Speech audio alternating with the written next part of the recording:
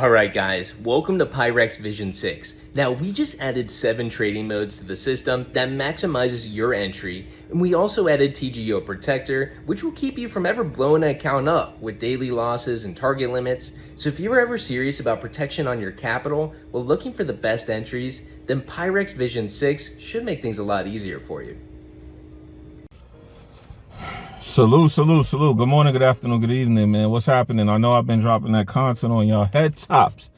Anyway, man, yeah, let's do a Forex talk, futures talk, money talk, man. Apparently, some of y'all didn't know that MetaTrader was under the RICO, so I'm gonna get straight into the video and explain this to y'all. Okay, so somebody was defrauded by one of these gurus out here named Grundy. And let me pull this up on my phone. I'll try to put it on the screen for y'all so y'all can see it.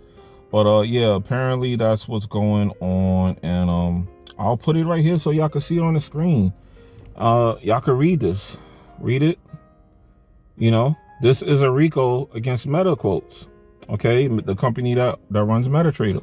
So apparently they're under the RICO, and this is the latest update. So Metaquotes is filing a motion to dismiss because there was no claim set forth against them. What does that mean? And to my understanding, I'm not a lawyer. Let me be clear, because people get up here and act like they know everything. I am not a lawyer. Just because I wear these glasses don't mean that I know the law like a lawyer does. All right. What I gathered from that is that pretty much the person who's filing the lawsuit is not going forward on their end as far as what the complaint is against Metaquotes, because honestly, Metaquotes wasn't the person who defrauded them. So Metaquotes is fighting the case instead of settling it. And I guess because they're not settling it, the people are trying to, you know, push the case to see if they will make the settlement, which is the case is for $500,000. And for some reason, it's a RICO. I don't get why it's a RICO case, but I guess that's how they sensationalize these type of things. And for some reason, you don't really see this on YouTube. But if you look it up, Metaquotes RICO case, this will come up and the case will come up. The docket and everything will come up. And I can tell y'all now it's real. And I'm going to get into this about the prop firms and everything. And yeah, it's a racketeering, influenced, and corrupt organization. So it's a RICO. And the judges O'Reilly E. Merchant. Okay, the case is 123 CVO 6362. Okay, and this case was filed in August 24th, 2023, and this is coming from that whole thing that happened with Metaquotes being removed from Apple. So this continues to go on and on and on. Now here's the thing, let's talk about the prop firm situation, because apparently so many prop firms went down yesterday. I'm going to talk about the funded trade in particular. The funded trader did not have anything to do with any of this. They opted out of MetaTrader, and I guess they saw this as an opportunity to go somewhere else and get business. But here's the part that people don't realize. Metaquotes is established as a platform. So leaving them and starting over means you're starting over. A lot of people thought because they had these influencers behind them, that because these influencers would shout out these new platforms like C-Trader and what's the main one, Trade Locker, that once they say, hey, our prop firm challenges are now moving over here, they're gonna go over there. And I keep telling y'all as a coder, some of these prop firms are doing this disingenuously. The funded trade, I'm looking at you, because I had a lot of problems with getting my EAs to work there, to the point where I had to have a conference with them to get my EAs to work.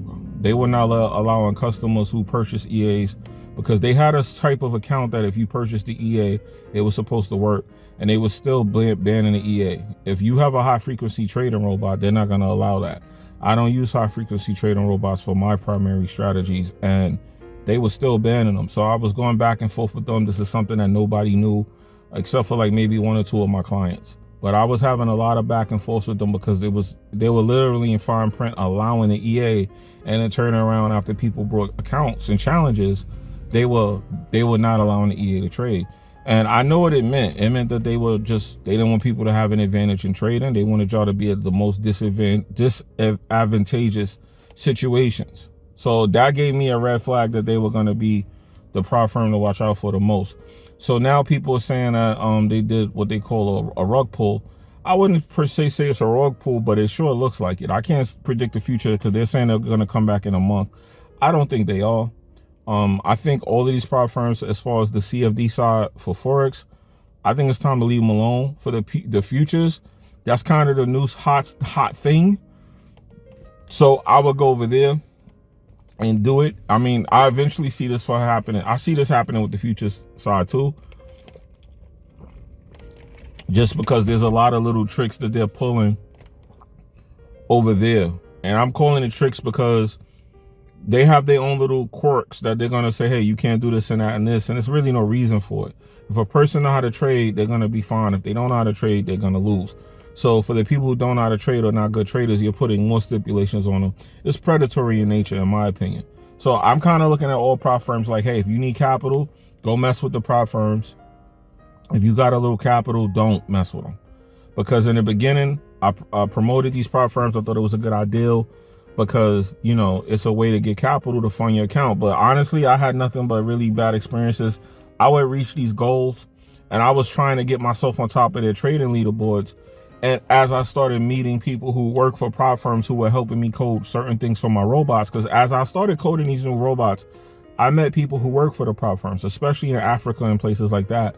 And I've been having conversations with them, and they've been telling me how their EAs work.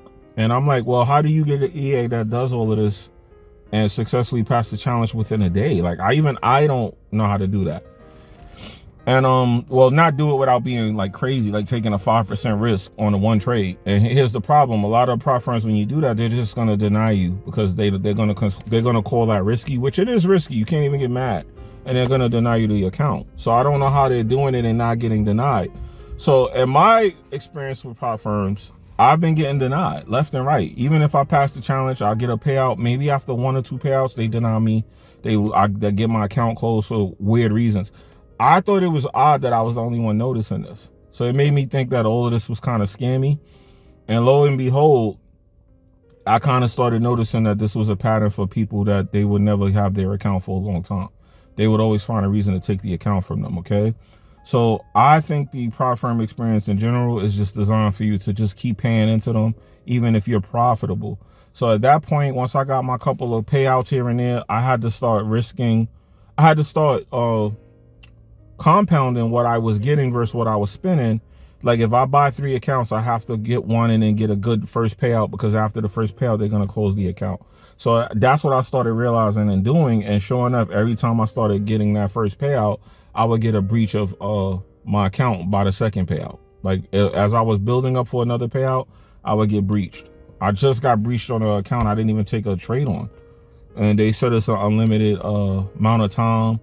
And they breached me for a time limit. And I'm like, you come on, guys. You know, and I had that account. It was like 1 trade away from me winning the challenge. But then they switched over to another platform, and they switched over and wouldn't give me access to the account until like a couple of days before the breach happened. Now, of course, I could contact them and they're going to probably give me the account back because I'm new to this prop firm. But the problem is that's already a bad sign that as soon as I get that first payout, you're going to close the account. This is what the games that they play. So my experience with the Funded Trader, they are the worst platform I've traded on out of all of them. They had to be the worst experience I ever had. They play games just before I could even start trading. Like usually if they see you could trade, they start playing games with you. I couldn't even get in there and start trading before they started messing with my account. So I already saw that they were a bad platform. That's why I really couldn't recommend them. And when people hit me up privately, I would tell them I would watch out. I don't know if I would even deal with them or mess with them, just because I see how they were operating. So with that being said, I'm not surprised we're here right now with that prop firm. But the main thing in general with these prop firms, it just was too many of them. So I wanted y'all to understand, why am I bringing all of this up if I'm talking about Metaquotes? Well, Metaquotes was the reason these prop firms were allowed to be so profitable. That's why people look at Metaquotes as part of the blame when they're just doing business. I don't blame Metaquotes at all for this, because if I give you a server and you turn around and use it to defraud people, it ain't my fault that you were a crook. It's like somebody buying a gun out the gun store and they shoot a bunch of people and then you blame the gun store for the guy killing them. Yeah, he sold him the gun, but that's his job. He sells protection. You weren't supposed to take something that's meant to protect you and go on offense and slaughter people with it. So it's really a thing where I feel like the prop firms and the brokers should have helped Metaquotes with this lawsuit. So it looks like right now, currently, the lawsuit might go in MetaTrader's favor. Does it mean they're going to allow these people back on? I don't think they are. But right now, I'm just giving y'all an update on the RICO case with MetaTrader. So far, it's looking like they may beat this case. And I'm not a lawyer. So if this person that filed the RICO against them is not going to continue to file the motion to, come up with a charge, then they're going to have to drop it. Now, does it mean it's going to get dropped? They could potentially keep going. I would assume it costs too much money to waste time trying to sue them if they're not liable, because they're really not liable if you break down what happened. Somebody got scammed by a, let me explain the story too. Somebody supposedly had somebody trade for them. What do they call it? I ain't gonna say risk account management. I hate that term. I hate doing that. I've done that like maybe 3 times in my trading career, and it ended bad. Not profitably bad, but the person ended up doing some fuck shit.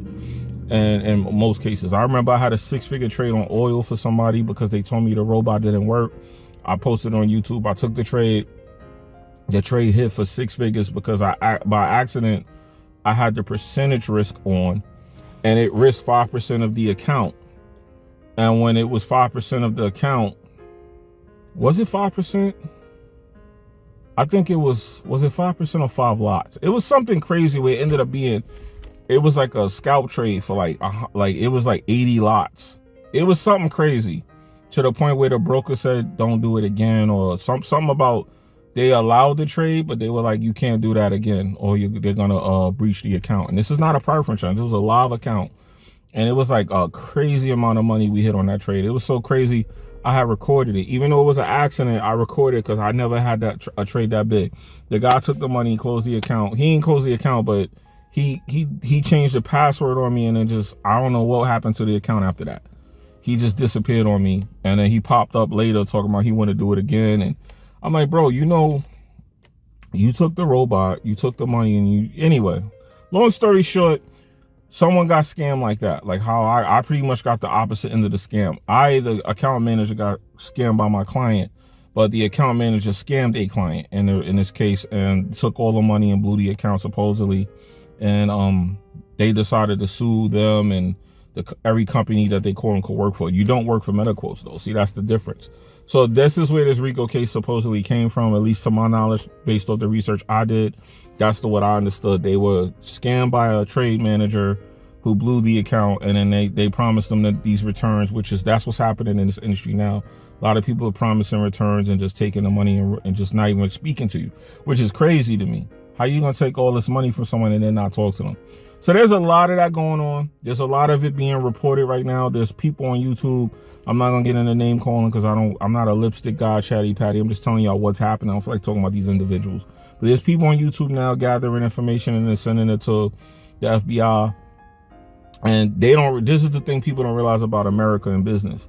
Yes, they're gonna want to stop this, but they're gonna want to seize these assets and take this money, because that's how they make the people who are sending this to the FBI. Pay attention to what I'm about to tell you.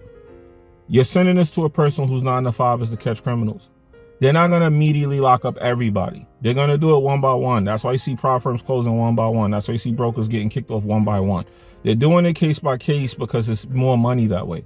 If I have to make 40 hours in a week, I'm not going to go lock up everybody at one time. How would I have a job?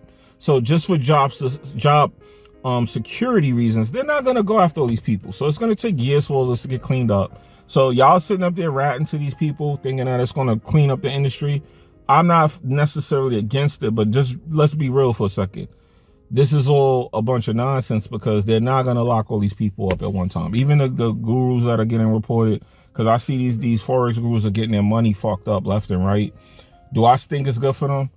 I would say nah, because these people built a business. And the reason I say that is because it shouldn't be good for them if you warn people. If I'm out here warning y'all not to mess with these fake traders and these gurus who don't really trade, they just take your money.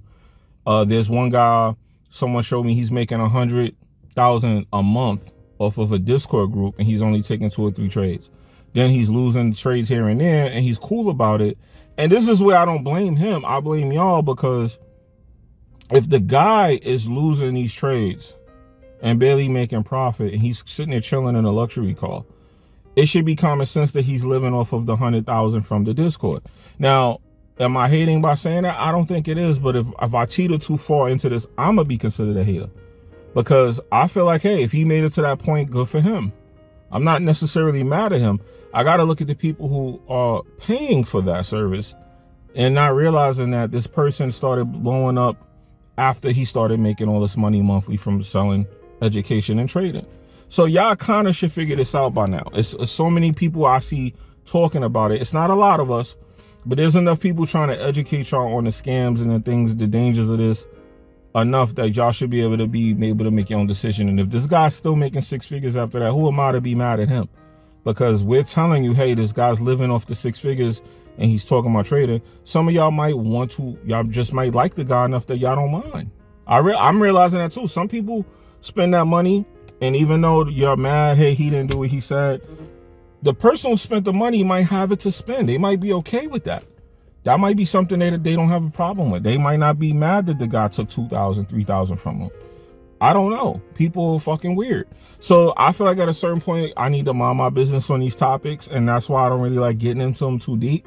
But Metaquotes has been a victim of these fucking gurus. Metaquotes is literally involved.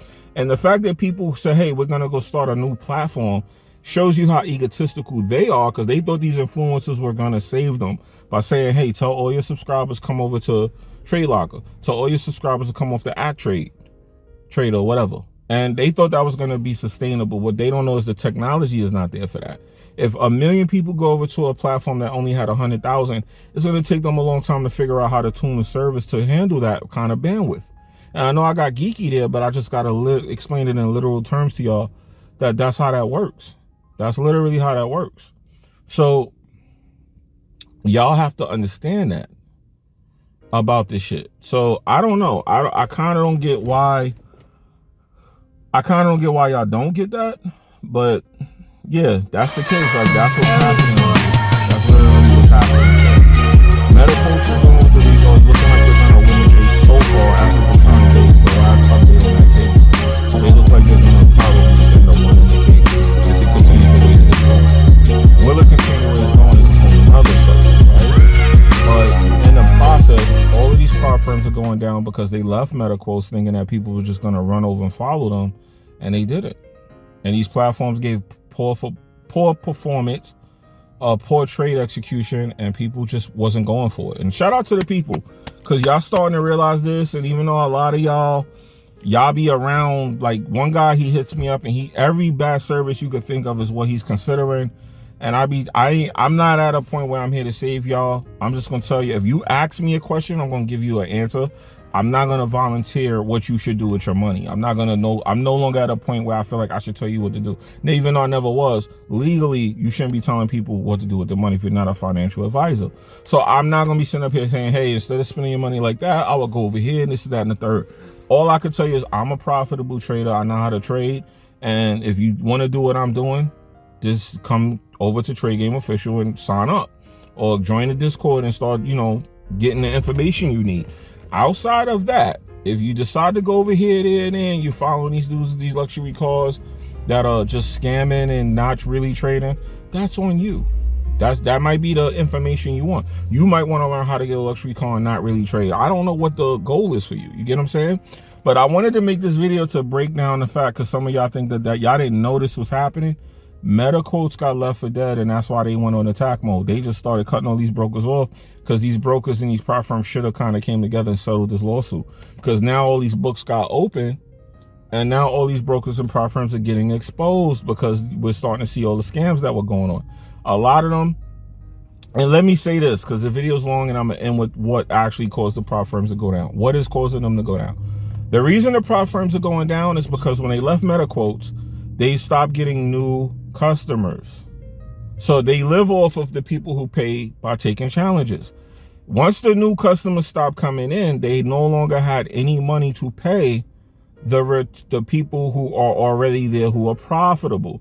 So the traders who are profitable, like me, who couldn't get my payouts, we weren't getting paid because they were sitting there trying to figure out what they're going to do to make money, because all their money now is going to the profitable traders, and they're not getting any new traders that are losing challenges, because that's the money that they live on. Remember, 90% of traders fail. So a lot of these prop firms were opening knowing that 90% of the people who join are going to fail. Even me, as a profitable trader, as a successful trader, I would have my accounts blown to the point where I would have to take 2 and 3 challenges just to get one account to go through, knowing I did nothing wrong.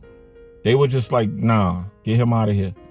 It got to the point now where I was signing up for accounts and getting automatically my account terminated. Oanda terminated 2 of my accounts recently. That never happened before. I had Oanda since 2019. Why in 2024 am I getting my accounts closed? FTMO closed my accounts every 30 days. They were closing my account, telling me inactivity, and I'm on the account. Then they said, hey, you want to merge your accounts? Why? So you could just close one big account? And then I got to take all those challenges all over. That's how they make their money, guys.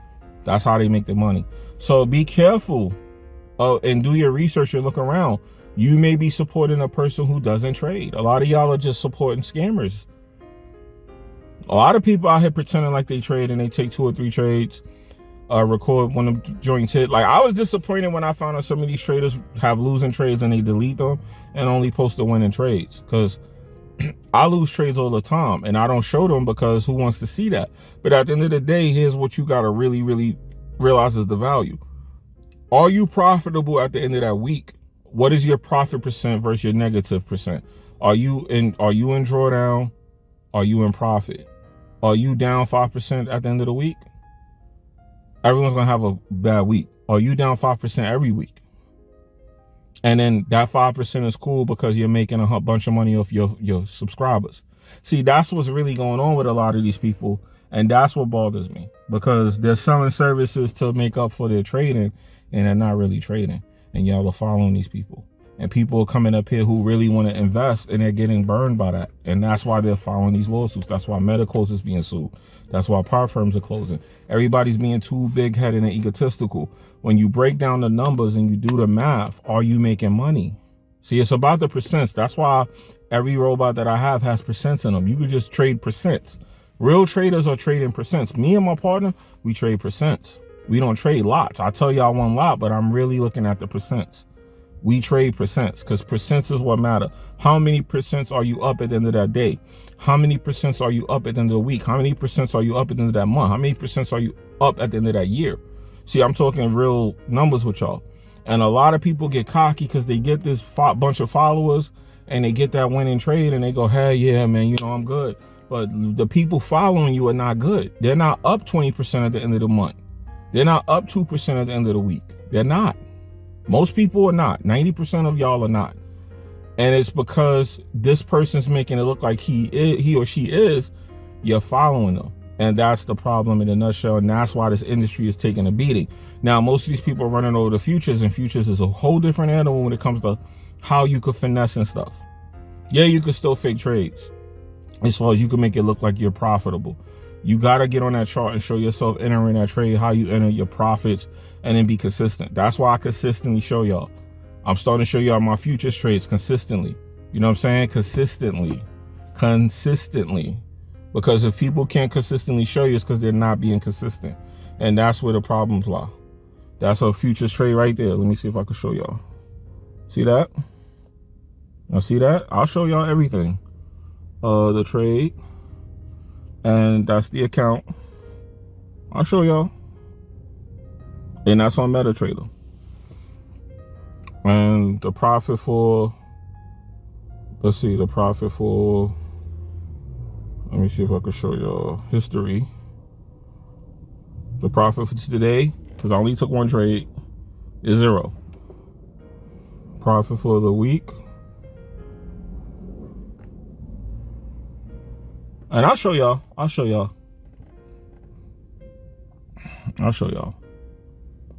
And it ain't that much. Don't get me wrong. It ain't that much.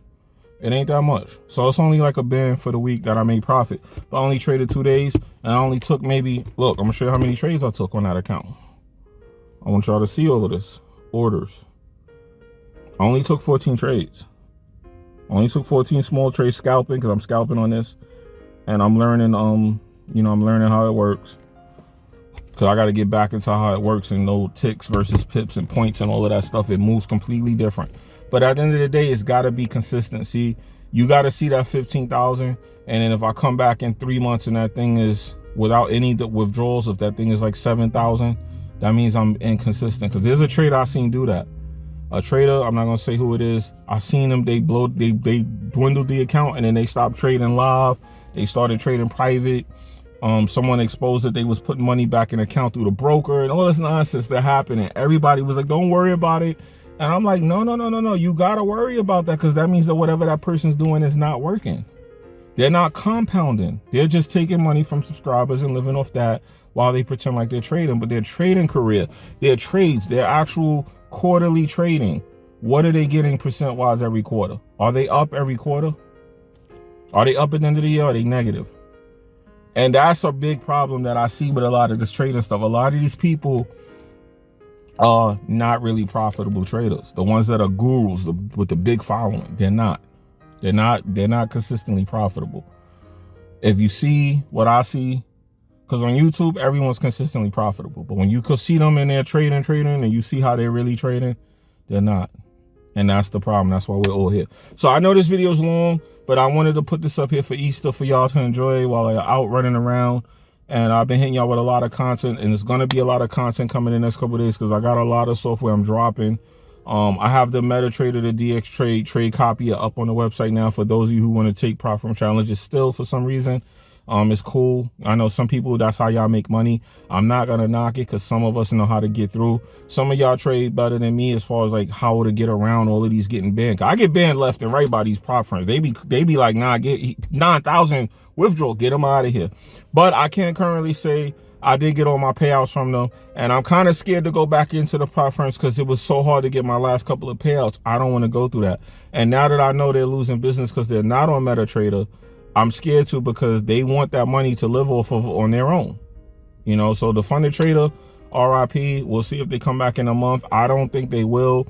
I think personally what they'll do is once they figure out what to do, once this MetaTrader stuff is straightened out, they'll probably try to come back with a different company because that's what a lot of them do.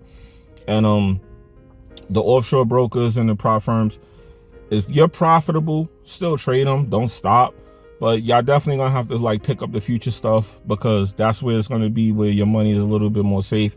As far as people running around saying your money is completely safe, I don't care what institution, what regulation, your money is not ever completely safe, no matter where you put it, if it's not in your possession, okay? Possession is not a term to the law. You are only allowed to have a certain amount of your money insured. How do I know? I had a grandmother, when she passed away, she left a lot of inheritance to my mom. And I was there for the process, and I was shocked at how much money was only going to be secured. The rest of it, we had to protect ourselves. I remember we had to pretty much damn near get security when we were transferring the money out of one bank to another, because we took a majority of it out cash, and the bank didn't even want us to do it.